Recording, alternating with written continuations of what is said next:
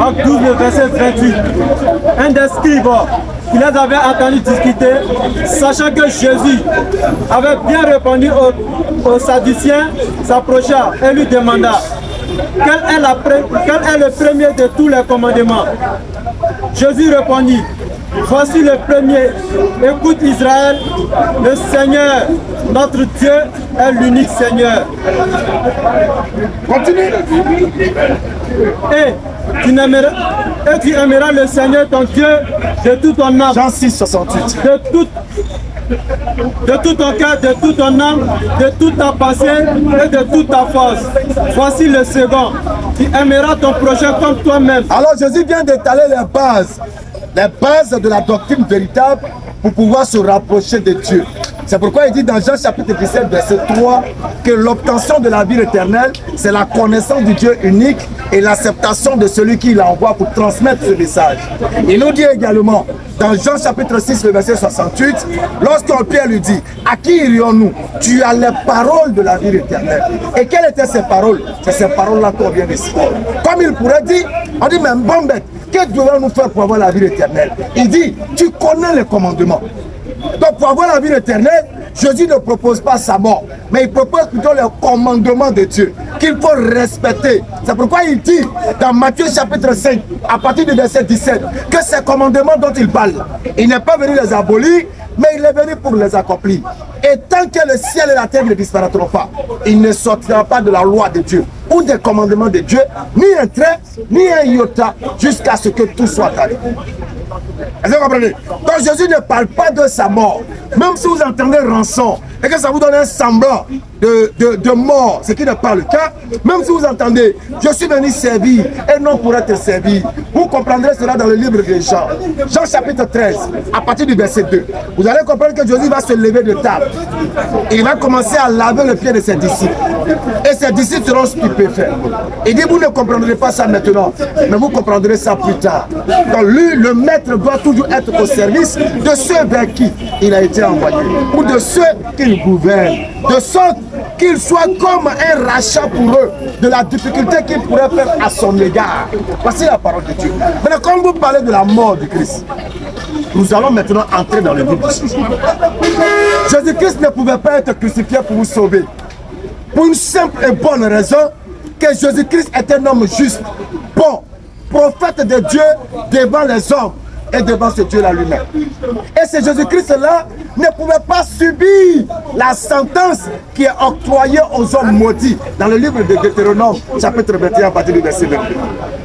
Parce que c'est les gens de mauvaise vie, les bandits, les voyous. C'est eux qu'on met sur le poteau pour être humiliés, tués et vus de tous. Alors Jésus, qu'est-ce qu'il a pu bien faire pour mériter cette sentence qui est destinée aux bandits, chers frères? Le Christ ne pouvait pas être crucifié. Je te donne encore un autre élément et puis je te donne la parole. Je vais aller étape par étape avec toi avant de pouvoir te saisir par la main de sorte que tu ne sortes plus. Mais sois-en sûr, tu ne pourras pas démontrer sur la crucifixion que Jésus est mort pour te sauver. Ça, il faut être sûr de ça. Parce que qu'il soit arrivé sur votre croix ou qu'il ne soit pas arrivé, nous allons te démontrer qu'en aucun moment Jésus n'a connu la mort. En aucun moment. C'est-à-dire tu seras grillé comme un wami, des deux faces. Si tu choisis qu'il est arrivé sur le poteau, nous allons te prouver que là-bas n'était pas mort. Si tu choisis aussi qu'il n'a pas été tué, c'est que c'est clair, ton salut est mort. C'est vrai. Je termine avec ce verset et puis tu prends la parole. Matthieu chapitre 26, le verset 39. Matthieu 26, verset 39. Puis, ayant fait quelque part en avant. Donc Jésus va sentir que les gens veulent le tuer. Mais cette histoire que nous allons lire là, ça a un départ. Il y a une source. Parce que dans l'essence de la mission de Jésus là, Jésus devait être assassiné, tué par les mécroyants. On devait le tuer. Quand Jésus a été envoyé là, son peuple devait le tuer. Mais il devait le tuer, non pas pour te sauver, mais pour l'humilier, pour montrer aux yeux de tous que c'est un faux. Ce n'était pas pour te sauver. Et ça, on trouve ça dans Marc chapitre 12, à partir du verset 6. La parabole des vignerons. Tu verras que Dieu va envoyer des prophètes, des serviteurs, ils vont les tuer, ils vont les tuer, ils vont les tuer. Il va envoyer le dernier, qui est le fils. Qu'est-ce qu'ils vont faire? Ils vont attraper le fils, ils vont le tuer. Donc quand Jésus vient là, il sait que les peuples vont là, les gens vont l'attraper pour le tuer. Mais ce n'est pas une mort salvatrice, mais une mort d'humiliation. C'est pourquoi dans la parabole, quand ils vont tuer le fils, Dieu va dire, mais quand le maître de la vigne viendra, qu'est-ce qu'il va faire de ceux qui ont tué son fils? La parabole nous dit, il va les détruire. Tellement l'œuvre qu'ils vont poser est une mauvaise œuvre. Me suivez? Alors, la mission de Jésus déjà, partant de la parabole des vignerons, n'est pas de venir mourir pour te sauver, mais venir annoncer la parole de Dieu, pour sauver des âmes à partir de cette parole. Vous me suivez? Alors, Jésus va sentir maintenant que la parabole va trouver sa réalisation.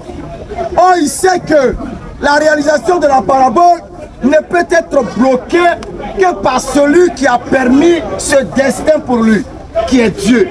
Donc il se retourne vers son Dieu. C'est vrai, tu m'as envoyé avec le dessein qu'on doit me tuer. Mais moi je me retourne vers toi. Puis, ayant fait quelques pas en avant, il se jeta sur sa face. Il va se prosterner face contre terre et pria ainsi. Et puis il va invoquer son Dieu. Mon Père, s'il est possible que cette coupe s'éloigne de moi. La coupe ici c'est quoi, pasteur? La coupe, c'est la mort. C'est la mort. Alors Jésus dit que la mort dont toi tu parles pour être sauvé là, il dit lui il ne veut pas vivre ça. Ça veut dire déjà au départ, Jésus n'est pas prêt pour toi comme tu le penses. Il dit il ne veut pas mourir. Alors que vous dites que sa mission de venir mourir pour vous sauver. Mais il dit déjà, Père, s'il est possible que cette coupe s'éloigne de moi. S'il est possible que cette manigance, s'il est possible que cet assassinat, s'il est possible que ce maître humiliant s'éloigne de moi. Continue. Non pas comme toutefois. Non pas ce que je veux. Mais ce que toi tu veux. En ce moment précis, on fait une pause. Ah, Jésus dit, pas ce que lui veut, mais ce que Dieu veut. Maintenant on s'arrête, on réfléchit. Est-ce que la volonté de Jésus est la volonté de Dieu? Jean chapitre 11 à partir du verset 42. Est-ce que la volonté de Jésus de ne pas mourir est la volonté de Dieu?